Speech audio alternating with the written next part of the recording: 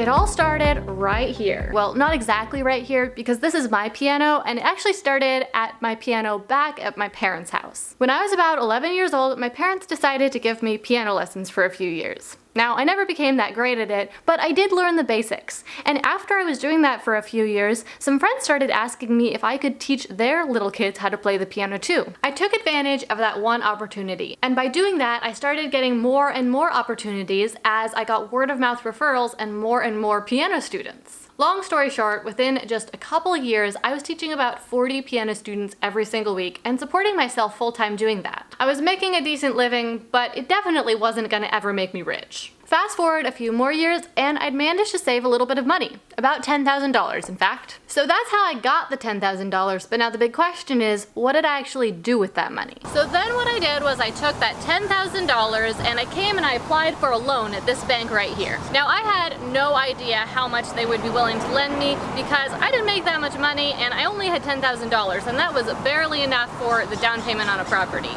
But to my surprise, they told me that they would lend me $200,000.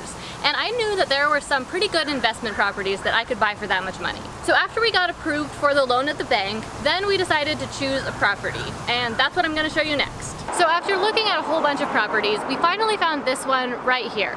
And at first it didn't really look like that much. It wasn't in the best part of town and it wasn't really a cute property. It didn't look that nice. But the more we looked at it, the more we realized that the numbers made sense. It fit within the amount that the bank had said that they would loan us, and we could see that the monthly mortgage payments would be a bit less than the rental payments from it would be. And so we decided to go for it. Honestly, it really didn't seem like it was gonna work out. It was at the top of our budget and seemed like a big step. Now, of course, we had no idea if it was gonna work out, but we just decided to try anyway because it seemed like a good opportunity and it was certainly the best opportunity that we could find. So we ended up submitting an offer to buy the house for $190,000, which seemed like a pretty good price, and our offer was accepted, and lo and behold, the bank actually loaned us the money, the sale went through, and within just a couple of short months, we were the owners of our first investment property. Now, $190,000 seemed like it was probably a pretty good price for that property, but it also seemed like a whole lot of money. Because remember, all the money we had in the world was $10,000. So we couldn't even really imagine how much money $190,000 was. Also, if we only considered how much the monthly mortgage payments were and how much we were going to earn in rental income, the property definitely wasn't ever gonna make us rich. But as far as I could tell, it was the best opportunity that was before us, so we just decided to go for it. A few years down the road, we were able to sell the property for a lot more than we originally bought it for. But I have to say that the money wasn't made when we sold the property. It wasn't because we were able to get such a good price when we sold it. It was because we took that opportunity initially when it was before us. We found a property that was a good deal and we bought it. Even though it was scary, even though it was really stretching us, we decided to just go for it and take the opportunity that we had. When we sold the property, we got $330,000 cash for it. And because we'd paid down some of the mortgage, we net about $150,000 profit.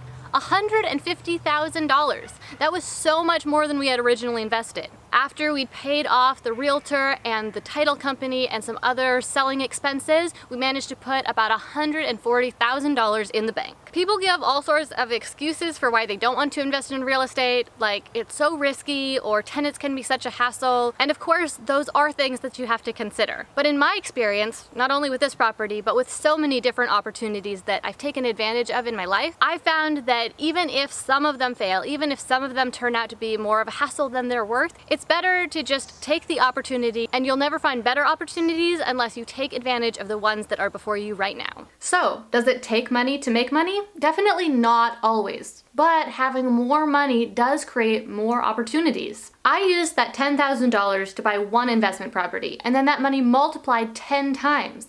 Imagine if I had bought more investment properties, then I would have created even greater wealth for myself. But as I'm sure you can see, by taking advantage of that small opportunity that I had, that opportunity to buy one property, I've created more opportunities for myself. Now that $10,000 has turned into $140,000, and I can use that that money to go and buy several investment properties, maybe as many as 10 different investment properties. So what I want your big takeaway from this video to be isn't this particular specifics of my story, exactly how I did this, but rather the fact that if you take advantage of the small opportunities, whatever opportunities happen to be before you right now that you happen to have, take advantage of them now, and by doing that, you'll create bigger opportunities for yourself in the future. So don't just sit around waiting for big opportunities to find you. Instead, take action on whatever opportunities are before you right now. Once you act on the opportunities that you currently have, new opportunities will find you. Why is that?